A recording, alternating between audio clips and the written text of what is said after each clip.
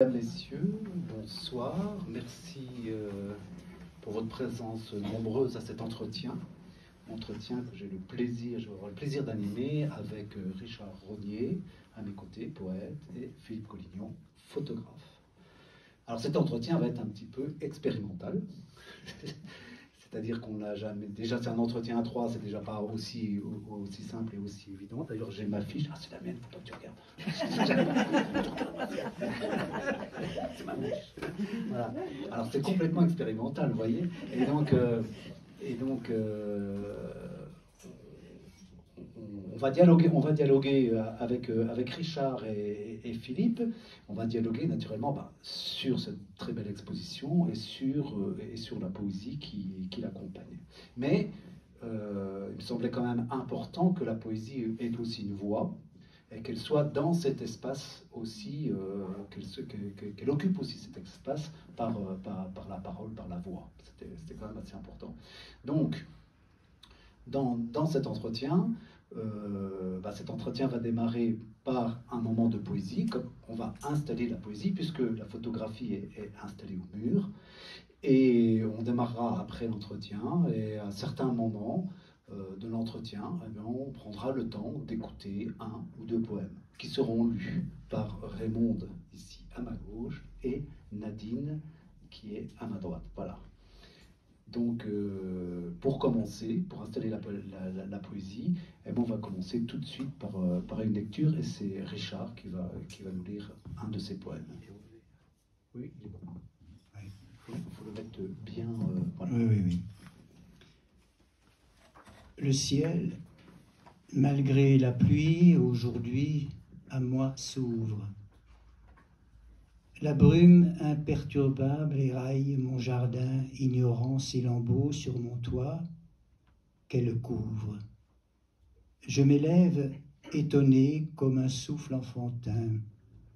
Entre moi à cette heure et moi-même demain, y a-t-il la clarté d'un infime passage par où se glisserait, pour me tendre la main, l'autre, qui pour un temps doublerait mon visage. Le ciel malgré la pluie, aujourd'hui à moi s'ouvre. La brume imperturbable éraille mon jardin ignorant, ses lambeaux sous mon toit. Qu'elle couvre. Je m'élève, étonné, comme un souffle enfantin. Entre moi à cette heure et moi-même, demain, y a-t-il la clarté d'un infime passage par où se glisserait, pour me tendre la main, l'autre qui, pour un temps, doublerait mon visage? La lumière s'écrase en ce jour nu d'automne. On voudrait tant revoir tout visage effacé à chaque pas qu'on fait sur la route où résonne un pâle souvenir errant en pointillé.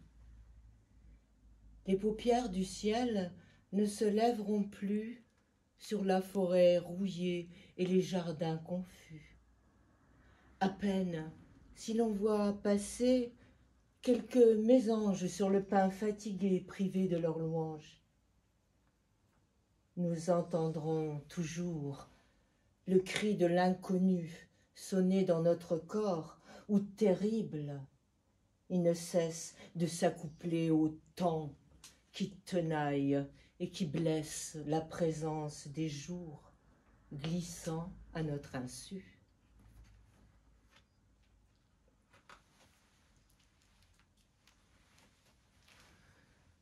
Dans les branches du pin, le monde se révèle. Pour entendre mon sang s'éblouir dans mon corps, il suffit que je fixe le moindre mouvement de transparence ou d'aile.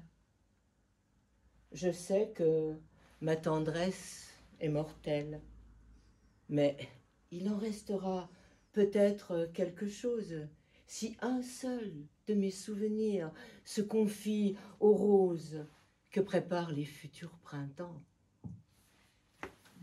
Et pourtant, dans le noir, un feu renaissant s'établit comme un songe, où les chants d'oiseaux nomment les ténèbres pour les chasser avant même que le vent ne les ait dissipées. Je veux, oui, vraiment, je veux toucher les joues de ceux qui approchent inquiets dans l'obscurité. Je veux m'appuyer sur leur voix, les entendre et m'offrir comme abri à leur désespérance. Lèvres, mes lèvres, soulever leurs paroles et qu'avec moi il soit le lieu jamais divisé.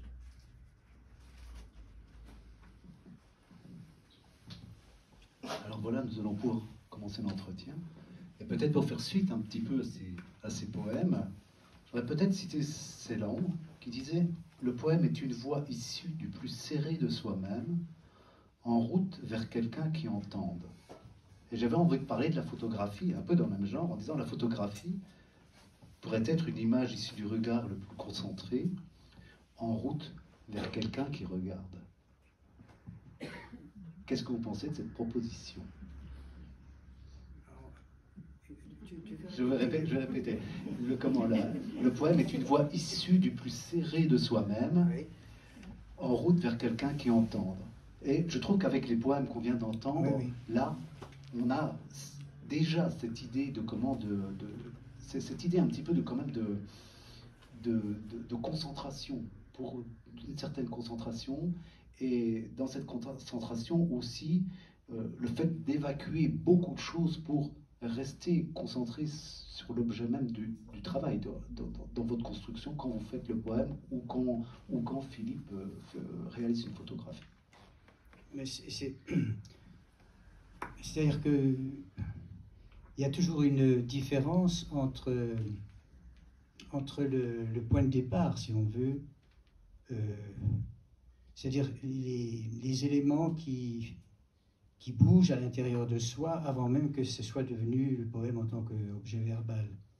C'est-à-dire que, effectivement, je fais toujours la distinction entre ce qu'on peut appeler le sentiment poétique et le poème en tant qu'objet verbal achevé.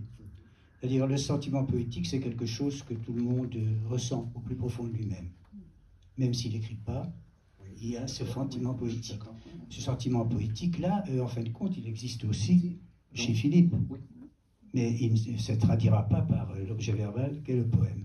Alors, une fois qu'on a parlé d'objet, disons de sentiment poétique, pour parvenir au poème tel qu'il a été lu, si merveilleusement d'ailleurs par Nadine et par Raymond, il y a effectivement un travail qui se met en place. On est obligé, et pour en quelque sorte passer du brouillon des perceptions qui nous obsèdent, en fin de compte, à une simplification qui permette l'épure finale, en fait. Hein? Alors, en ce qui me concerne, avant que je passe la parole à Philippe, en ce qui me concerne, je dis toujours, je ne sais pas ce que je dis, mais je sais ce que je fais. Parce que si je savais ce que j'allais dire, il n'y aurait pas de poème possible. Il n'y aurait plus de poésie. Il n'y aurait plus de poésie. Mais une fois que le sentiment poétique a besoin de se développer, en quelque sorte, et de s'affirmer, on est bien obligé de faire appel à ce qu'on peut appeler la technique. Voilà. Elle n'est pas tout à fait la même pour toi que pour moi, mais enfin, elle est là quand même. Donc, si je résume, il y a un point de départ qui est fondé sur des émotions personnelles, des perceptions personnelles, et puis il y a la réalisation finale qui demande une expérience particulière. Qu'est-ce que tu en penses? Eh bien, je pense exactement la même chose que toi. Il y a chaque photo que je réalise existe déjà en moi avant même que je la découvre quelque part. On va dire chaque objet photographié a déjà sa vie avant d'être réalité, en fait. Donc ça rejoint exactement ce que tu dis. Après, c'est une question de cadrage, de lumière, de choses comme ça, pour faire en sorte que ce verre devienne ce que je voulais ou ce que je croyais vouloir à un certain moment, avant même de rencontrer ce verre. Voilà. Et donc ça c'est, quand tu parlais de la série sur 15 fois la mer, c'est particulièrement le cas dans le sens où tu es parti en fin de compte de photos de vacances que tu as revisitées. Voilà, de banales photos de vacances, les photos de monsieur et madame tout le monde, peut-être un peu plus pointues, puisque j'utilise un appareil qui est professionnel, enfin, voilà. Mais sinon, au départ, oui, c'est des images que tout le monde a dans les albums de famille. Et après, je retravaille la couleur, la lumière, donc pour amener l'image existante, pour obliger cette image existante à raconter ce que j'ai en moi et ce que j'espérais pouvoir raconter. Voilà. D'accord. Et parce qu'il y a beaucoup de personnes qui ont vu cette expo et qui disaient oui, bon, en relation à la peinture, alors on a derrière, c'est vrai, au travail de la lumière et tout ça. Est-ce que justement, quand toi tu vas commencer à reprendre ta matière et tout ça, est-ce que tu as en tête un certain nombre est-ce que tu as des choses qui passent en tête en termes de lumière, en termes de voilà. Ou est-ce que tu laisses venir les choses, monter un peu les choses aussi comme un peintre, si tu veux, et avec quelquefois la possibilité de se faire surprendre. Et je poserai la même question sur la question de la surprise aussi, pour rebondir à Richard aussi. En fait, je pars d'une émotion, donc après, il faut la mettre, cette émotion. Donc je pense que c'est pareil pour un peintre, et c'est sûrement pareil aussi pour un poète ou un écrivain. Il faut mettre cette émotion en couleur et en lumière.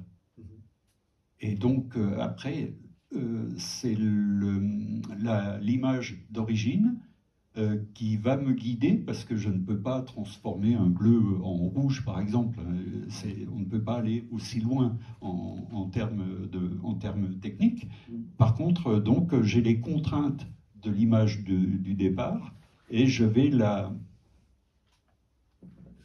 triturer jusqu'au moment où je vais accepter de m'arrêter, voilà.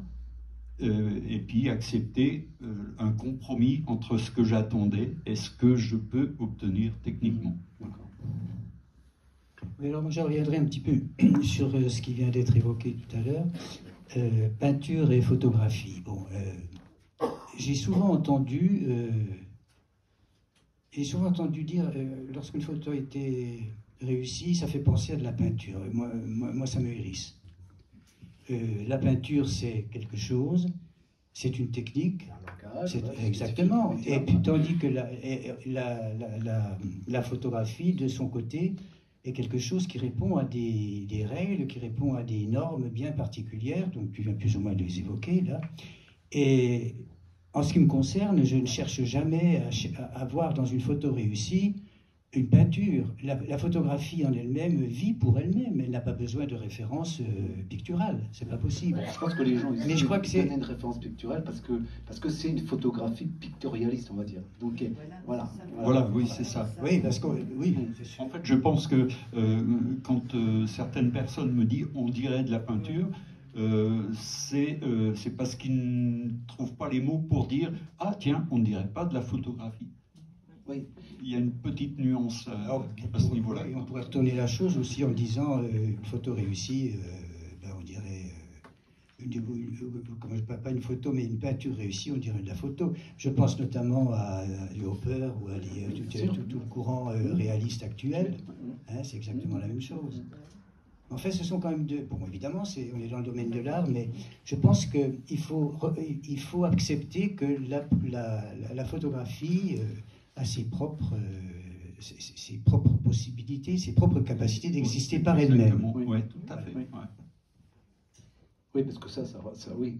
Ouais, c'est le vieux débat de la naissance de la photographie à la fin du 19e, en fin de compte. Ouais, c'est-à-dire qu'il y a toujours eu un peu cette opposition-là, photographie. Et la photographie, je trouve, a réellement trouvé sa place. C'est-à-dire c'est véritablement un médium à part entière avec un langage bien spécifique.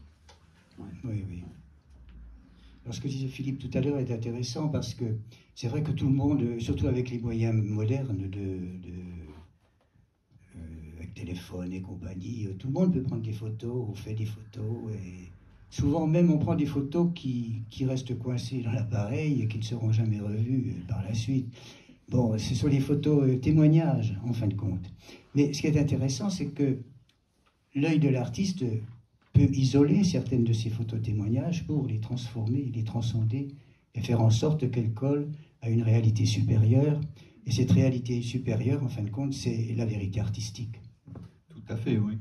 Mais il ne faut pas oublier non plus que dans l'histoire de la photographie, on peut même remonter très très loin.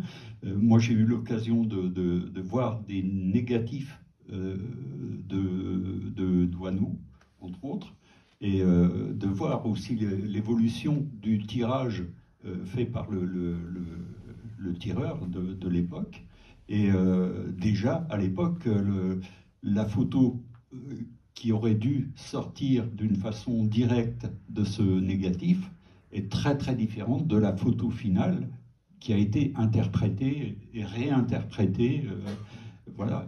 Donc déjà à l'époque, la belle photo, si on peut dire, la photo intéressante, était déjà issue de manipulation laboratoire en termes de lumière, en termes de chimie. Et donc, alors pour parler des deux langages et continuer à parler de la photographie, la question que je me pose aussi, c'est qu'on l'a bien vu dans les poèmes, et on le voit bien dans ces images, il y a quand même une forme d'épure. Il y a véritablement une forme d'épure. Et sur les poèmes, ce sont quand même des poèmes qui sont très courts, et il y a aussi une forme d'épure. Je crois que j'ai lu que Baglin disait la poésie à la langue chargée. Je trouvais ça très bien, quoi. La langue chargée, il faut maîtriser la houle des mots. Alors, est-ce que la photographie peut avoir l'œil saturé aussi?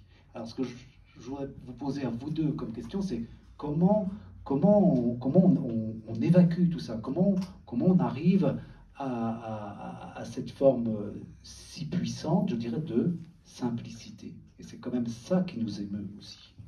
C'est le terme essentiel, mais la simplicité est quelque chose qui s'acquiert au fur et à mesure qu'on avance sur le cheminement de son propre langage. Mais la simplicité est quelque chose de difficile à acquérir. Bon, je vais donner un exemple précis. Certains de mes poèmes, dans mes livres précédents, je pense notamment aux élégies pour le temps de le vivre, dans les méandres des saisons, puis d'autres encore. Souvent ces poèmes, et surtout les élégies et les méandres des saisons, étaient précédés par des notes, souvent sous forme de prose aussi, qui pouvaient faire 4 pages. Et que progressivement je réduisais, le poème m'amenait à réduire ces proses, ces 4 pages, j'allais dire, à l'essentiel. Oui. À l'essentiel, donc c'est là qu'on rejoint la notion de simplicité. Et d'autant plus que je me suis aperçu qu'avec l'expérience, la simplicité, finalement, conquérir la simplicité était la marque d'une maîtrise de la complexité. Voilà. Ça paraît peut-être paradoxal ce que je dis là, mais c'est quand même comme ça que ça fonctionne. Et je me souviens d'un texte, je me souviens même, c'était à Julien Rue, donc sur la route de Gérardmer, il y avait une maison notamment, où chaque fois que je passais là, il y avait un couple de vieilles personnes, l'homme et la femme. On passait là et je les voyais dans le jardin en été. Et j'avais eu envie d'écrire quelque chose là-dessus. Donc j'avais quelques pages là-dessus. Et puis, un beau jour, je me suis rendu compte que la maison, les volets étaient fermés et tout, il n'y avait plus personne. Ils étaient morts, en fin de compte, ou ils avaient été dispersés ailleurs. Et à partir de là, j'ai fait, ce poème, c'était dans les méandres des saisons, mais qui est un poème qui fait une demi-page, en fin de compte. Alors que j'avais essayé de raconter un petit peu ce que j'avais ressenti en les fréquentant de loin, en quelque sorte, en passant chaque fois. Ouais, donc là, oui, il y a une espèce de déclencheur qui fait qu'après, oui. Voilà, tu t'évacues, tu synthétises, et ça te permet d'écrire le poème. Oui. Et quand on parle en poésie souvent pour certains de fulgurance, c'est peut-être ça. Mais moi, je suis quand même très content de t'entendre dire que il y a toute cette prise de notes avant, qui peut avoir prise de notes 3, 4 pages, et puis après, ça peut devenir un poème. C'est pas que la poésie n'est pas seulement de la fulgurance comme ça. Non. C'est peut-être la fulgurance, c'est peut-être Elle existe aussi. Elle existe aussi, mais c'est peut-être des moments rares, peut-être, non? Non, ça. Non. Pas forcément, mais il faut s'en méfier. Oui. Parce qu'il m'est arrivé aussi d'écrire. Alors, bon, je dis, c'est presque antinomique, une page de prose, par exemple, dont je parlais tout à l'heure. Mais il m'est arrivé quelquefois d'avoir une sorte de poussée intérieure, c'est physique, hein, carrément physique, et remplir une ou deux pages sans savoir ce que je suis en train de dire. Vous voyez ? Mais en fin de compte, c'est ce que je disais tout à l'heure, je ne sais pas ce que je dis, mais effectivement, c'est une fulgurance. Mais après, il s'agit, si on veut vraiment utiliser ce matériau pour faire le poème, il faut vraiment bosser dessus. Oui, alors ça fait penser un petit peu à... Là, je lisais il y a un très beau livre qui est sorti sur les leçons de peinture de Gilles Deleuze, qu'il avait donné en conférence et qui sont là maintenant, on peut les avoir sous forme de livre. Et Gilles Deleuze parle plus de la peinture, en particulier de Francis Bacon, voilà. Mais il dit à un moment quand même que avant tout acte de création, il faut un chaos, une tempête. Il parle du chaos, il parle de la tempête, et seulement là, après ce chaos, cette tempête, cette prise de risque, où il y a prise de risque âme, esprit, âme et corps, je dirais, seulement là, il peut y avoir reconstruction et construction de l'œuvre. Oui, c'est exactement comme ça que ça se fonctionne. Oui.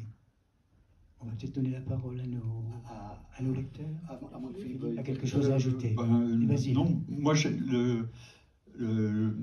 l'épure, si on peut dire, je l'ai apprise de très très tôt. En fait, je n'ai jamais, on m'a jamais enseigné la photographie. Je l'ai apprise toute seule.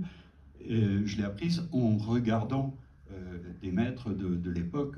Je pense à Jean Loussief, par exemple. Je pense en particulier à une photo de David Hamilton, qui lui a mal viré sur la fin, mais à une époque, il faisait des natures mortes extrêmement simples. Il n'y avait pas de bavardage, si je peux dire. Je me souviens, moi, d'un piano à queue, avec un vase vide posé dessus, sur un fond blanc, rien, et d'une beauté incroyable, quoi. Donc, il y avait... très tôt, j'ai appris à essayer d'évacuer tout ce qui n'allait pas raconter l'histoire directement, tout ce qui était bavardage. Voilà.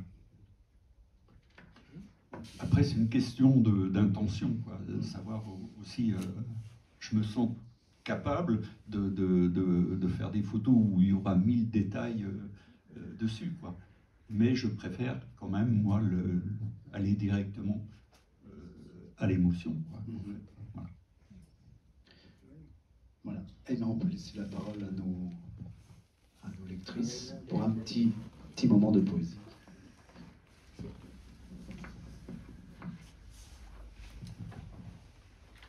L'univers disparaît dans un autre univers. Il tente la lumière en exacerbant l'ombre. La naissance n'est rien. Tout n'était que soleil avant de nous fixer comme un cri dans la vie. Bien avant de venir, bien avant notre éveil, nous touchions la clarté qu'à présent on envie. Une étoile qui meurt a plus de choses à dire que ce qui nous conduit de la vie à trépas. Nous ne serons toujours que le fragile éclat d'un espace ignoré qui naît, puis se retire.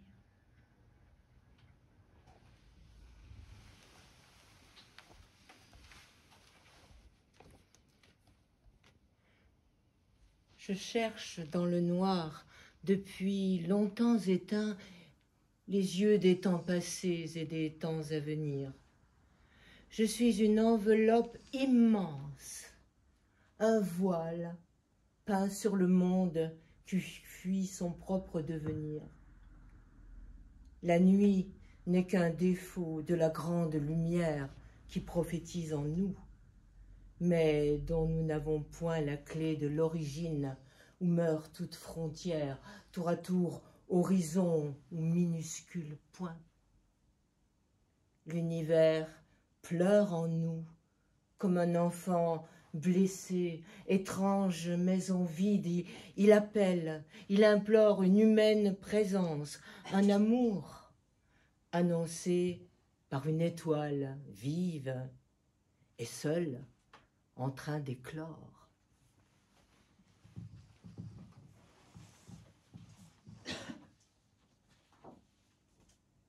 Stop, je m'arrête. On va reprendre. Oui, voilà, on a dit que c'était expérimental, donc on y va, c'est bien, c'est bien.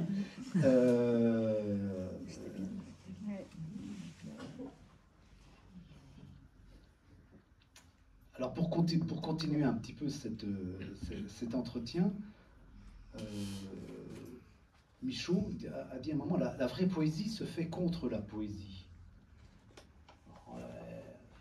Comment vous recevez ça? Alors la vraie photographie peut se faire contre la photographie aussi. Enfin, comment on peut aller aussi loin que ça? Ouais. C'est toujours difficile de répondre à partir de formules qui sont fermées sur elles-mêmes, qui ont l'allure de sentences, qui ont l'allure d'apophthegmes, disons, à l'ouverture, tu veux bien répéter la citation, parce que c'est intéressant aussi. Ouais, la vraie poésie se fait contre la poésie. La vraie poésie se fait contre la poésie. On a pu penser ça pendant un certain temps, parce que...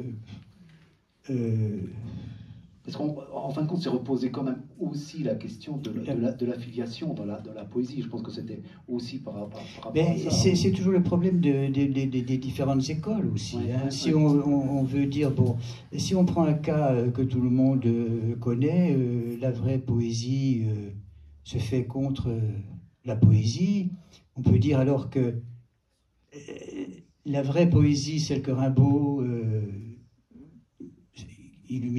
par laquelle il a illuminé véritablement tout le 19e siècle, elle s'est fait contre la poésie classique. Oui, voilà. Alors on peut dire que la poésie de Rimbaud s'est faite contre la poésie de Lamartine. Oui. Mais qu'est-ce que ça veut dire? Comme en photographie, la photographie qui est exactement. En peinture avec une... Voilà, exactement, oui. Il y a les questions de mode. Et de chapelle. Et de chapelle. Et j'ai horreur, moi, de ces histoires, ces notions de chapelle. Il y a des individus qui, en fin de compte, ont quelque chose à dire, le font, et ne peuvent le réaliser que dans la fraternité de la parole ou voilà, c'est ça. Et c'est très important, cette fraternité qui s'établit. À mon avis, l'art, c'est ça. L'art, c'est... oui, alors, l'art, d'accord, mais est-ce que... étant là en 2024, est-ce que vous avez forcément aussi une relation à toute l'histoire, on va dire, de la poésie ou toute l'histoire de l'art? Est-ce que quelque part aussi la question de la contemporanéité est aussi importante pour vous dans votre acte de création? Ah oui, ben c'est évident. De toute façon, un artiste ne peut pas exister sans avoir ses racines dans la vie courante et dans la vie de tous les jours. Donc forcément dans les événements qui se passent, qui se déroulent en permanence. Hein. On ne peut pas être insensible aux atrocités qui ont toujours jalonné l'humanité. C'est évident. Hein. Quand je disais dans le reportage avec Vianney Huguenot, qui a été réalisé il n'y a pas très longtemps, quand je disais que je ne me suis jamais remis de la Shoah, de cet anéantissement, de cette horreur, alors que moi, j'avais 2 ans quand ça s'est passé, ces choses-là. Oui, bien sûr. Mais l'apprenant par la suite, c'est quelque chose qui m'a tellement bouleversé que je le porte dans ma chair. Et c'est d'autant plus intimement que je le ressens qu'actuellement, on subit les mêmes choses. Tout à fait. Donc, un art lui-même ne peut pas rester insensible à ces choses-là. Ah bah non. Hein? Ouais. Donc, automatiquement... Mais alors, j'ajouterai, et là je repasserai la parole, j'ajouterai une chose quand même, c'est-à-dire qu'il faut se méfier. Lorsqu'on est véritablement investi dans la quotidienneté, dans le monde tel qu'il va, de ne pas faire en sorte, en ce qui me concerne, que mon poème ait une sorte de valeur de tract. Vous voyez, qui disent les choses directement, sans recul véritable. Et je dis que pour exprimer vraiment les douleurs du monde, la difficulté d'être, la difficulté de saisir les divers mouvements de l'histoire, en fin de compte, il faut le faire avec une certaine pudeur et plutôt que de le dire dans un élément réducteur qui ne fait que doubler la chose elle-même, essayer de le hausser à une certaine, comment j'allais dire, une certaine universalité. C'est-à-dire, bon, il ne s'agit pas, parce que c'est comment je vais dire, le journalisme, lui, il le fait. Il fait ça. On peut voir dans les informations les choses qui se passent, mais je ne vois pas l'intérêt dans le domaine de la poésie, peut-être pas de toute la littérature, notamment les romans, mais dans le domaine de la poésie, il ne s'agit pas de dire directement la chose telle qu'elle se déroule. Il faut sentir ce qui est terrible, ce qui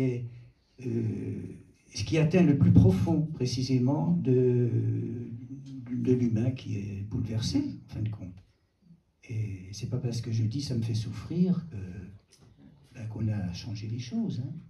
Mais ça, il faut le faire d'une manière, je sais pas, moi... Là, je vais peut-être m'échapper un petit peu trop vers quelque chose qui va nous mener un peu loin. Ouais.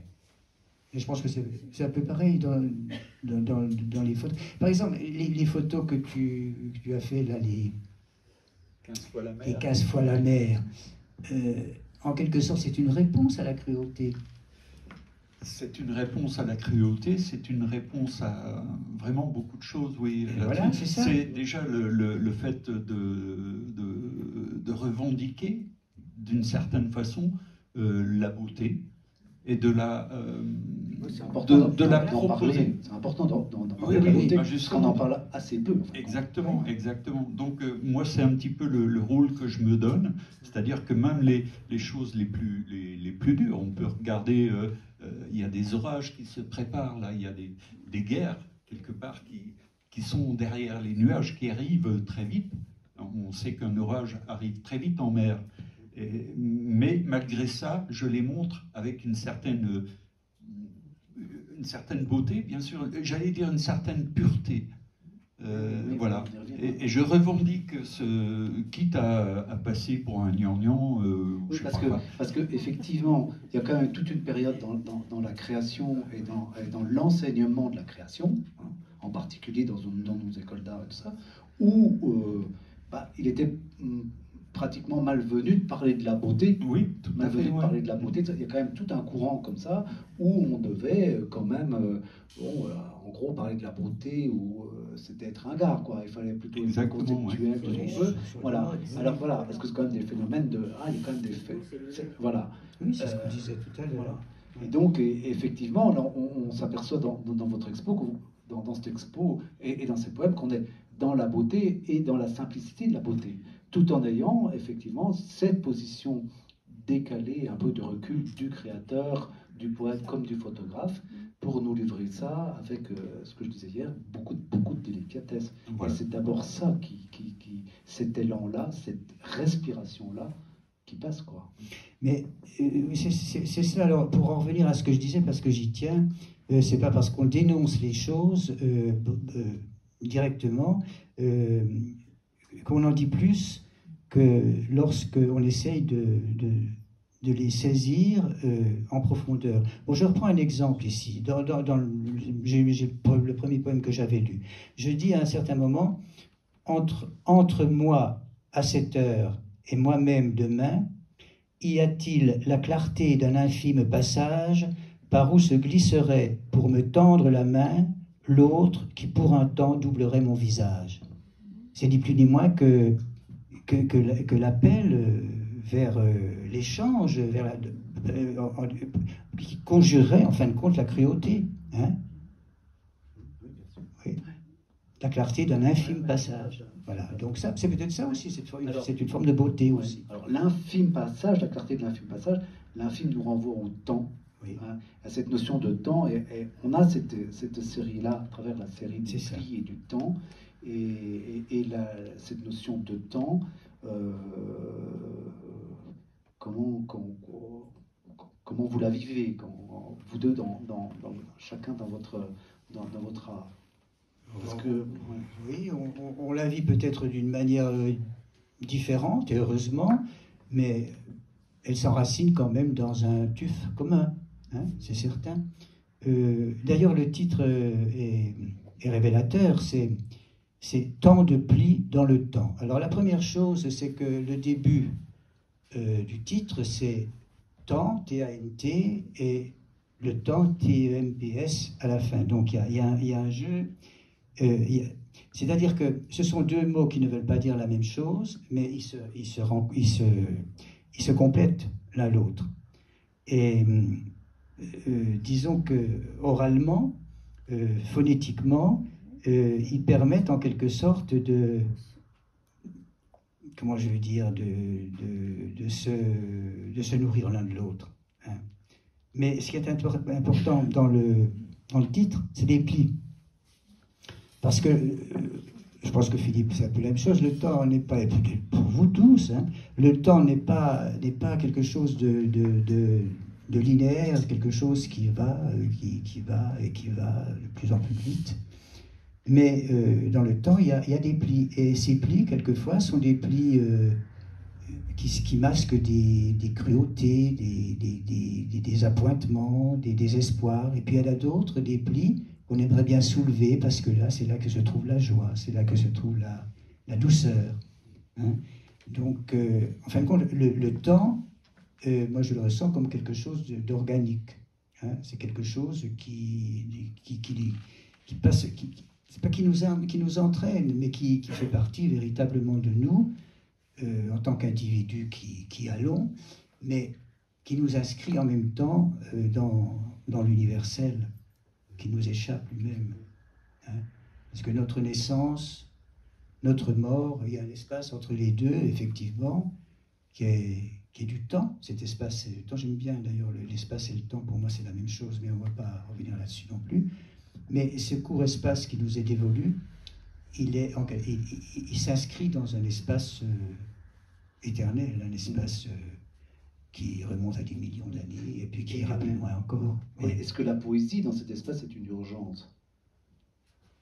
Oui, automatiquement. Ah oui. Pareil, pour moi, oui. L'acte de création est une urgence. Ah oui, oui, oui. C'est devenu vraiment une urgence. Depuis quelques années, pour moi, c'est très, très important. Ouais.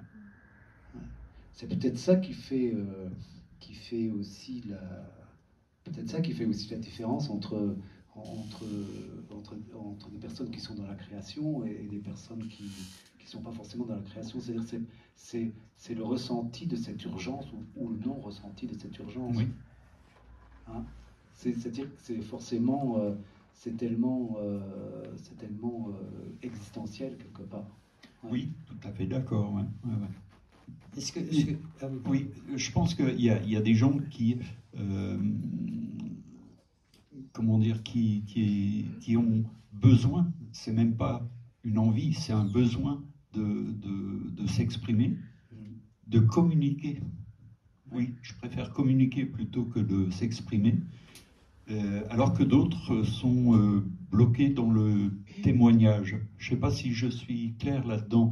Il y a des gens qui s'arrêtent uniquement au fait de regarder ce qui se passe, point. sans y réfléchir, voilà, ils font un constat. Et photographiquement, en plus, c'est très fort, quoi. Il y a des photographes qui sont témoins, constatent, point à la ligne. Voilà. Et d'autres, et j'en fais partie, ont des choses à apporter. Des petites choses, hein. J'ai pas la prétention de savoir beaucoup de choses et puis de les imposer aux autres, mais pour moi, donc, oui, c'est vital de communiquer. Voilà. Oui, Kandinsky parlait de nécessité intérieure. Voilà, ouais. Je trouvais le mot toujours intéressant, ce mot de Kandinsky. Une nécessité intérieure. Ce qui fait que tous les jours, je pense que tous les jours, tu as une pensée pour la photographie, et tous les jours, tu as une pensée poétique. Enfin, je veux dire, c'est véritablement... Oui, oui, mais à condition que cette pensée poétique ou cette pensée photographique, j'allais dire, ne soit pas réductrice, c'est-à-dire qu'elle n'appartient pas simplement à celui qui crée. Voilà, c'est ça que je veux dire, c'est-à-dire que tout individu, et ça j'en suis persuadé, porte en lui les germes de la création. C'est pas possible autrement. C'est simplement parce qu'on ne leur donne pas les outils. Il y a peut-être ça aussi, mais ça vient du fait aussi, mais ils ont la sensibilité qu'il faut, ils ont comment je vais dire, l'émotion qui circule, mais bon, le monde est ainsi fait, c'est-à-dire qu'on est tous au même niveau dans ce domaine-là, mais certains ont la capacité, ont la possibilité, plutôt que la capacité, la possibilité de l'exprimer. Moi par des mots, toi par des photographies.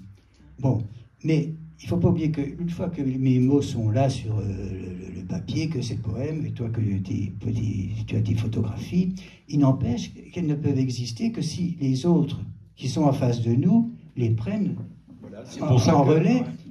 Et ce qui est communication. Voilà. Et ce qui est intéressant, c'est que nos œuvres, finalement, n'existent que parce que les autres qui les reçoivent, parce qu'ils ont en eux exactement les mêmes sentiments, les mêmes émotions, les mêmes recherches, les mêmes quêtes, les mêmes questions. Oui, mais voilà, mais ils ne s'expriment pas, ils n'ont pas disons peut-être les clés, tous, tout du moins, ils n'ont pas les clés. Ils n'ont pas les clés, ou ils n'ont pas forcément envie de faire l'effort aussi, parce que c'est aussi voilà, et que de véritables amateurs d'art sont ce que vous êtes tous ici, sont le public véritablement important, et vouloir être qu'amateur d'art, qu'avoir les yeux grands ouverts sur ce qui est fait artistiquement sur ce monde, c'est déjà en soi une démarche incroyable. Enfin, je veux dire une véritable démarche, je crois. Voilà. C'est très important. L'autre est important. On n'a pas. Moi, je dis toujours, en tant que poète, je n'existe pas si j'ai pas. J'ai mes lecteurs. Et c'est les lecteurs qui, en fin de compte, me permettent d'être moi-même. Et souvent, et c'est d'autant plus intéressant que, par exemple, vous donnez un poème à plusieurs personnes, le même poème, eh bien, ils n'y verront pas forcément les mêmes choses. Parce qu'ils le recomposent à leur façon. C'est ça qui est extraordinaire. Et moi, je me suis trouvé souvent quelqu'un qui venait me voir, qui vient lire le poème, qui me dit voilà, j'aime ça, je ressens ça comme ça. Et en fin de compte, je n'avais pas pensé du tout. C'est donc il y a quand même quelque chose qui échappe aussi en même temps au créateur, mais qui en quelque sorte, le poème laisse des trous qui ne peuvent être remplis que par les interprétations des gens qui l'adoptent. C'est extraordinaire, hein, que ça fonctionne comme ça. Et vous voyez, et on part finalement, vous savez, quand on fait des études secondaires, certains, on a beaucoup connu, c'est pas ce que l'auteur a voulu dire. Qu'est-ce que ça veut dire? Moi, je me souviens de poèmes qu'on apprenait en première, etc. Le prof disait, voilà ce que l'auteur a voulu dire. Moi, ça me hérissait, ça me tapait sur les nerfs, c'est pas ça du tout. Hein? Il vaut mieux dire, voilà ce que l'auteur n'a pas voulu dire. C'est à vous de trouver ce que l'auteur n'a pas voulu dire. Parce que c'est vous qui allez faire vivre le poème. Alors, on a parlé dans l'état d'exercice, des tas de trucs. Puis il y a beaucoup de choses qui n'ont pas changé non plus dans ce domaine-là. Et j'ai une amie ici qui est dans la salle, qui est Véronique Barre, et qui ne me contrarierait absolument pas dans ce domaine-là. Voilà. Oui, c'est vrai. Mais c'est parce que les gens ont, parce que on a besoin d'être quelque part d'être rassuré. Ouais. Alors que l'acte artistique, c'est une mise en danger. Je veux dire, c'est un abîme. Voilà. Et il faut aussi le lire de cette manière, là, ou l'entendre de cette manière-là. Je veux dire, on va pas vers un livre, on va pas vers un poète, on va pas vers un créateur, vers un photographe. Pour être rassuré, on va vers lui pour qu'il nous ouvre à des tas de choses et qui nous amène aussi dans cette recherche et dans cet équilibre instable. Enfin, je veux dire, voilà, c'est comme ça. L'équilibre instable, c'est juste... Mais entrer en contact avec une œuvre d'art, c'est accepter précisément cette instabilité. Il n'y a pas de... C'est pas une vérité formelle, hein, c'est sûr. On donne la parole. Ah ben, on peut peut-être relire quelques poèmes. Oui. Et... On donne la parole.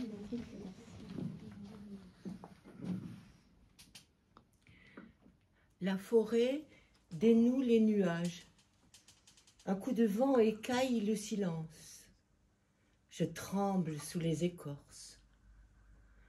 Ceux qui arrivent et me sourient semblent insensibles, mais des flammes mûrissent en chaque regard qu'ils lancent.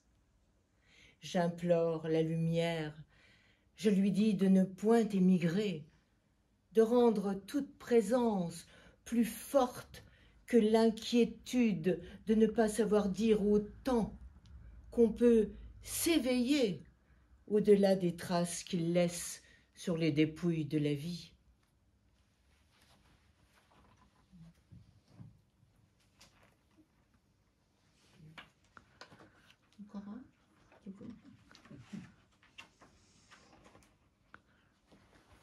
Pardon. Oh, excusez-moi, je suis maladroite, c'est la vieillesse. Oh. C'est l'arthrose.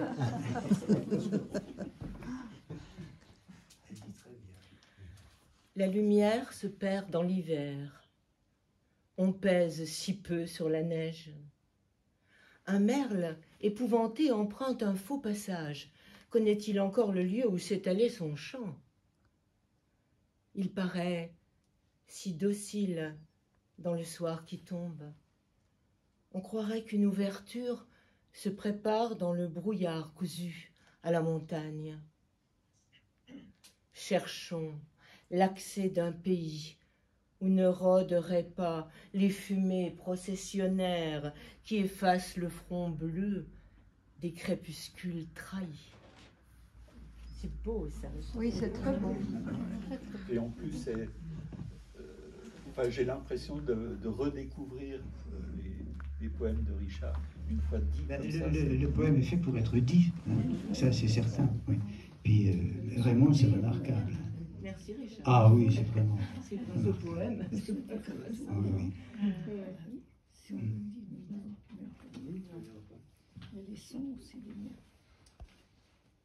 Bien trop de déchirures dans la toile des jours, bien trop de froid dans nos veines. Les arbres s'éveillent près de nous, fidèles à nos silences. Ils tiennent à mourir avec nous. Ils désirent des fêtes sans paroles broussailleuses.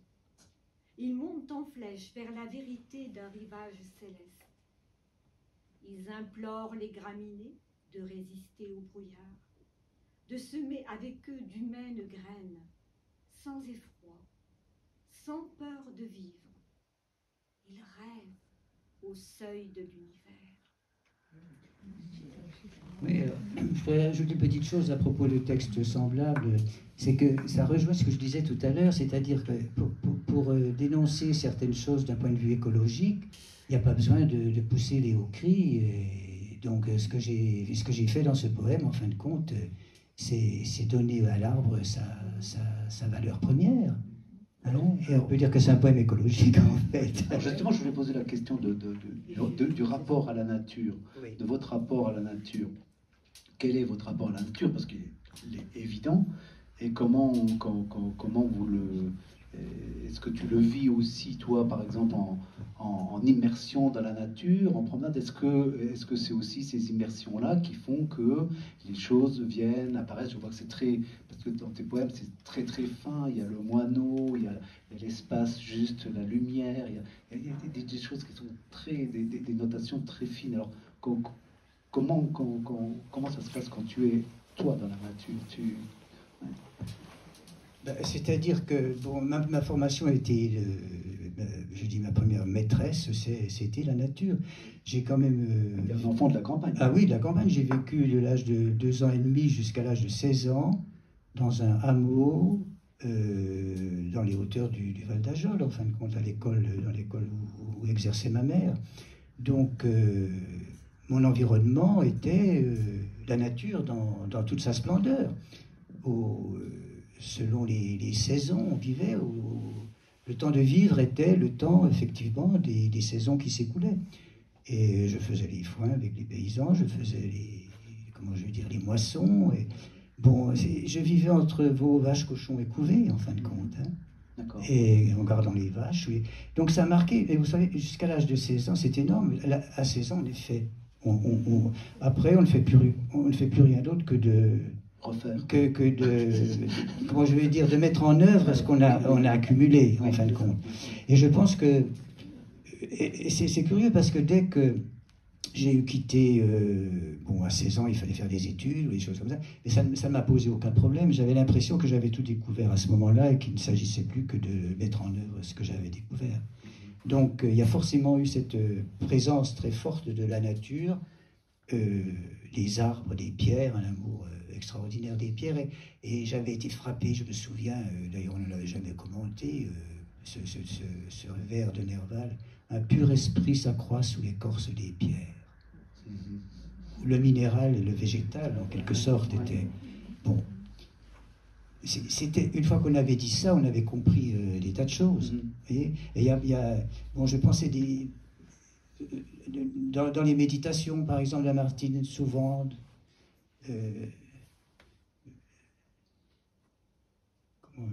oui, enfin, bon, sinon je vais encore faire des digressions. Donc c'est pas possible. Non, mais bon, alors je reviens à ce que je disais, c'est que la campagne a toujours été la matrice de mes poèmes. Voilà. J'ai quitté un petit peu cela, peut-être, dans les années 70, au moment où il y avait le structuralisme qui se mettait en place, des choses comme ça, qui au bout d'un certain temps a dégoûté pas mal de monde. A apporté certaines choses, c'est certain. Mais là, il y a eu ce besoin, donc c'est ce qui fait en fin de compte qu'on s'est retrouvés. Oui. Hein? Parce que toi, il y a eu sûrement aussi... Je suis un enfant de la campagne aussi, mais par contre, je n'ai pas le même rapport que toi avec la nature. Alors pourquoi, je ne sais pas. Hein. Par contre, ce que je sais, c'est que depuis pas mal d'années, en tant que photographe, la nature a toujours été mon... Comment je pourrais appeler ça? Mon support de revendication. Voilà. Chaque fois que j'avais vraiment une colère à exprimer, ou une chose très forte, on va dire, à exprimer, ça passait par la nature. C'est comme ça que sont nées des séries comme L'Humus inscrit, avec des textes de Michel Butor. Je me souviens quand j'ai fait ces photographies en l'espace d'un après-midi, ça se passait pas très bien au boulot, et j'avais des choses à redire sur ce qu'on me faisait faire. Voilà, 3 petits points. Et voilà, il y a eu d'autres cas. Par exemple, le travail que j'ai fait avec Benoît Dutertre sur la forêt vosgienne. Ce travail est né, donc j'ai photographié la mousse, tout ça, fallait le bois qui meurt, etc., etc. Tout ce gris dans la forêt vosgienne, parce qu'un jour, quelqu'un m'a dit ah bah écoute, si tu veux vendre des photos, va faire des couchers de soleil sur le Honeck. Et moi, j'avais envie de crier, mais non, il n'y a pas que le coucher de soleil sur le Honeck, il y a aussi le fin fond de la campagne, le fin fond des forêts, la mousse, les branches, etc. Donc voilà, et c'est le cas aussi pour qu'elle soit la mer. Voilà, c'est des supports de revendication pour moi. Voilà. J'aime bien l'expression support de revendication. Et ben voilà.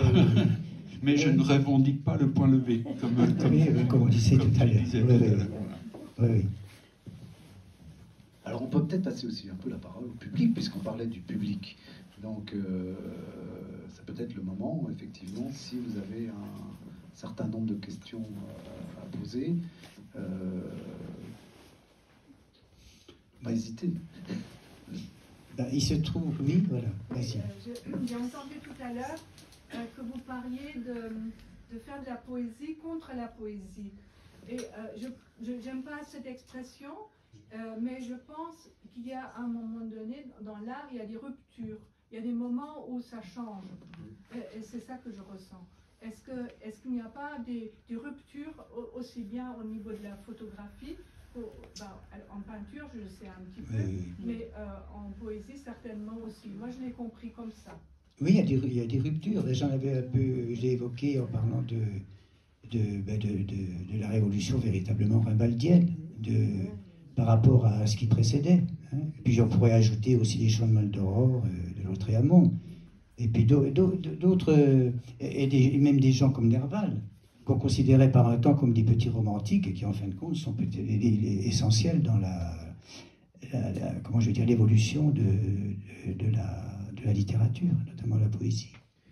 C'est toujours un peu le même problème, c'est-à-dire que si la lecture, je crois que si la lecture se fait dans le même temps des œuvres, la lecture des œuvres se fait dans le même temps où elles ont été faites, quelquefois il y a cette espèce de de décalage. C'est-à-dire que, par exemple, le meilleur exemple, c'est l'art pompier. Ce qu'on a appelé l'art pompier. Donc c'est bien une lecture de cet art à une certaine époque, mais quand on prend le temps et qu'on se donne le temps, et le temps qui passe, 50 ans après, 60 ans après, l'art pompier n'est peut-être pas aussi pompier parce que c'était quand même, la terminologie était quand même pas sympathique, et l'art pompier est quelque chose d'important, et il y a des artistes de cette époque-là qui aussi ont apporté des choses très importantes dans l'art. C'est ce qui se passe actuellement. Et c'est toujours ce problème de coller des étiquettes en étant dans le même temps. Et effectivement, le décalage permet souvent de relire un peu ça et de replacer les choses au bon endroit. De toute façon, parce que coller des étiquettes, en fin de compte, c'est nier l'autre. Et c'est ça, alors qu'il y a une multiplicité d'expressions. Et c'est forcément exclure. Parce qu'à partir d'un moment, on a dit, et c'est pareil, voilà. Alors, qui est surréaliste? Qu'est-ce qu'un véritable surréaliste? Le mouvement surréaliste, c'est quand? C'est comment? C'est 1924? Est-ce qu'en 1970? Est-ce qu'on ne peut pas être surréaliste en 1970? Et il y avait encore des surréalistes en 1970. Oui, d'autant plus que le surréalisme, même à l'intérieur même du surréalisme, c'était très divers. C'était déjà quelque chose. Oui, bien sûr.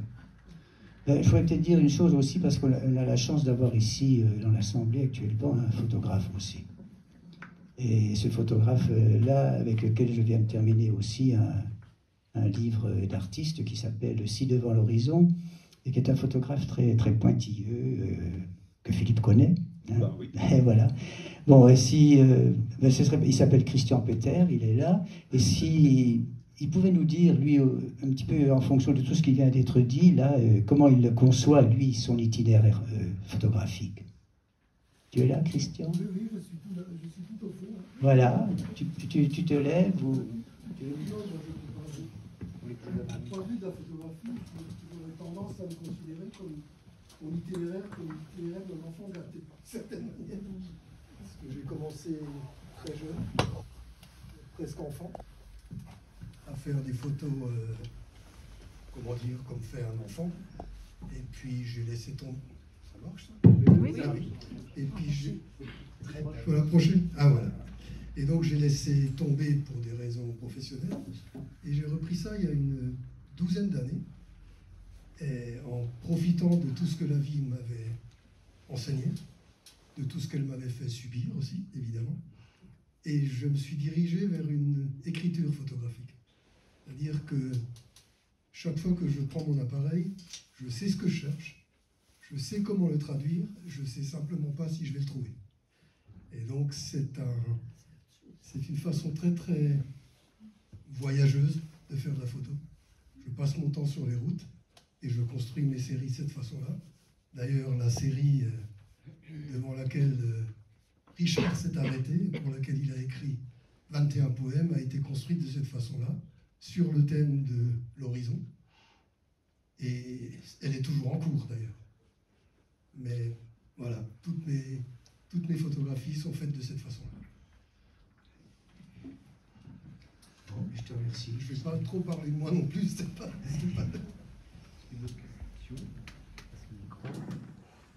Moi, je voudrais revenir à ce qu'a dit Philippe tout à l'heure, Philippe Collignon, quand il a parlé de l'évolution de son rapport à la photographie et du fait que de plus en plus il allait, alors tu n'as pas dit le mot essentiel, tu as dit que tu évacuais les détails pour aller, alors ça c'est mon mot à moi, aller à l'os de la photographie. Et je pense que tu as... Enfin, pour moi, le premier travail, peut-être parce que tu as publié à ce moment-là, c'est le travail avec Michel Butor, qui est lui aussi un écrivain de la structure du texte et dont l'écriture brève accompagnée... Enfin, je déteste que des photos accompagnent le texte ou qu'un texte accompagne des photos. On peut dire que quelquefois elles se juxtaposent, quelquefois elles se croisent. Quelquefois, on n'en tient pas compte et on lit le texte 10 ans après, ou on regarde certaines photos 10 ans après. Donc moi, j'aimerais bien que tu reviennes à cette question, parce que je trouve que l'ensemble de cette exposition, elle est, enfin, pour moi, remarquable, et elle va exactement dans ce sens, c'est-à-dire photographier comme une nécessité. Oui, en fait, oui. Alors, photographier comme une nécessité et aller vers l'épure, aller vers quasiment l'abstraction et ne garder que des émotions. Voilà. Et ça, c'est un travail que j'ai commencé il y a quelques années. Là, on est loin de ce que j'avais fait avec le Mus inscrit, par exemple, avec Michel Butor. Je pense que c'est de ça que tu parles, les livres... que j'avais photographié à la bibliothèque. Là, on était déjà dans la poésie, mais je gardais du détail. Hein. C'était des portraits de livres, si on peut dire. Alors que là, surtout avec cette série, je m'efforce d'aller vers l'effacement et de ne garder que l'essentiel, vraiment l'essentiel. Comme tu dis, alors j'ai beaucoup aimé ce que tu disais, l'os de la photographie, c'est-à-dire oui, ce qui devrait rester au bout du bout, quoi. Voilà, est-ce que j'ai répondu? Voilà. Et ça, c'est vrai que, bon, je me permets de le rajouter, je sens que je suis vraiment un tournant dans mon travail. Voilà. Est-ce que ça va continuer? J'en sais rien, parce que il y a aussi d'autres, comment dire, sur tout le long de ma carrière, j'ai toujours été intéressé par le portrait. Et chaque fois que je fais une série sur le portrait, très vite j'en ai un petit peu marre. Alors pourquoi, je ne sais pas. Donc je finis très vite mes séries. Il y en a eu plusieurs, hein. Mais curieusement, 2 ou 3 ans après, il faut que je revienne. J'ai envie de revenir, j'ai besoin de revenir au portrait. Peut-être que c'est aussi, on parlait de communication, c'est peut-être un besoin de rencontrer des gens et puis de communiquer avec eux. C'est revenir à l'humain. C'est revenir à l'humain, ouais. Et donc le portrait, je ne peux pas l'effacer. Quoique. Manu, tu es témoin de... Manu passé à la maison pour apprendre quelques notions de photographie. J'en ai bien besoin. Voilà. Et une des choses sur lesquelles je l'ai fait travailler, c'est de représenter une personne sans la montrer. Ouais. Voilà. En photographie, il faut le faire. Hein, voilà. Ouais. Et donc, j'avais choisi François Schenk. Oui. C'était loin, quand même. C'était loin, très très loin. Enfin, voilà, mais l'avenir, je ne le connais pas. Le présent, c'est ici et je ne sais pas ce que ça va donner après. Si, il y a d'autres paysages qui font suite un petit peu à ce travail et qui vont encore un petit peu plus loin, mais voilà, je ne sais pas. Alors tu parles de notion de série, là, où tu dis qu'il y a des choses quand même permanentes, le paysage, le portrait, et souvent quand même les créateurs sont comme ça.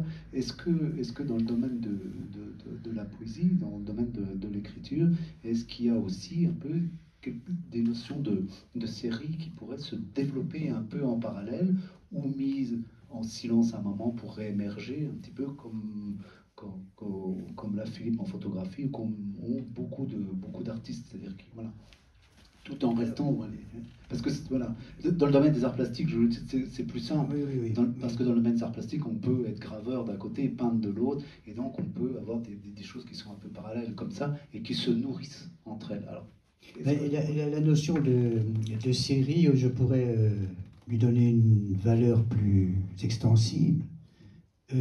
Dans mes poèmes, bon, déjà la première chose, c'est-à-dire que moi, en ce qui me concerne, je refuse la notion de recueil. Pour moi, un livre de poèmes, c'est un livre de poèmes. Je vais vous dire pourquoi, parce que quand je commence quelque chose, bon, je vois si au bout du 6e, 8e, 10e poème, je tiens quelque chose. Et à ce moment-là, je sens déjà peut-être les thèmes, les choses qui demandent à être... C'est comme dans une ruche, vous savez, il y a des alvéoles qui sont vides, et j'en ai rempli 2 ou 3, puis je me dis, tiens, et je suis persuadé qu'on va pouvoir remplir les autres, mais tout ça parce que ça s'inscrit dans ma quotidienneté, c'est-à-dire que j'écris toujours mes poèmes chronologiquement, c'est-à-dire les livres de poèmes sont chronologiques. Hein. Donc, souvent, même c'est pour ça qu'à la fin de mes livres, il y a toujours les dates de telle date à telle date, ça a été composé. Donc, on peut parler évidemment d'une certaine série, mais d'une série temporelle. Voilà. Hein, ça m'accompagne tous les jours. Et d'ailleurs, chaque fois que j'écris un poème, ma première réaction, c'est d'écrire en dessous le poème, les petits bouts de papier, d'homme. Point, ça veut dire Dommartin, si j'ai besoin du lieu, et puis la date de composition. Voilà. Alors quelquefois cette date elle est extensible, parce que quand je regarde, bon, je pense que le poème est terminé, mais quelques jours plus tard, voire quelques semaines plus tard, il y a un mot à changer ou une ponctuation à revoir. Donc à ce moment-là, la date est extensible, c'est-à-dire c'est par exemple du 1er juillet au 15 septembre. Ouais, d'accord. C'est ça. Mais bon, oui, c'est ça si on veut voir ça comme une série. Ouais. Voilà. D'autres questions? On peut terminer par la lecture. Ce serait bien. Voilà. Voilà. Je dirais. On va en relire un, ça permet de lire qui clôt. La lumière se perd dans l'hiver. On pèse si peu sur la neige. Un merle épouvanté emprunte un faux passage. Connaît-il encore le lieu où s'est allé son chant? Il paraît si docile dans le soir qui tombe. On croirait qu'une ouverture se prépare dans le brouillard cousu à la montagne. Cherchons l'accès d'un pays où ne rôderaient pas les fumées processionnaires qui effacent le front bleu des crépuscules trahis.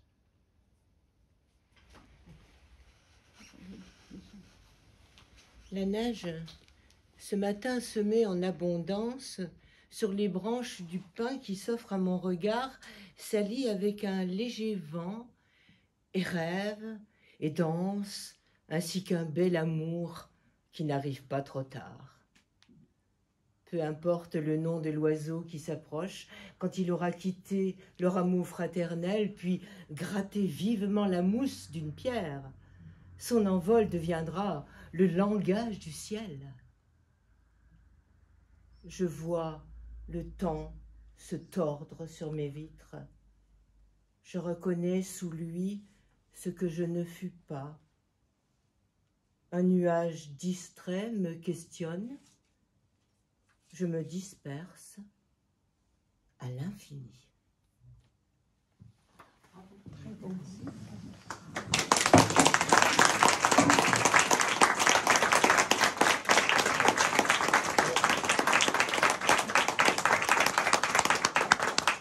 Voilà, il me reste à remercier Philippe, Richard, Nadine et Raymond pour ce bel entretien, pour ce beau moment.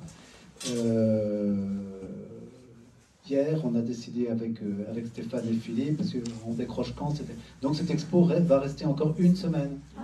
Voilà, c'est l'éphémère qui dure, vous voyez, la notion de temps.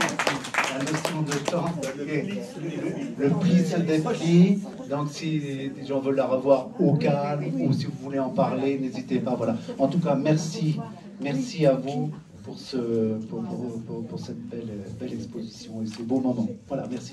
Et puis merci à vous tous.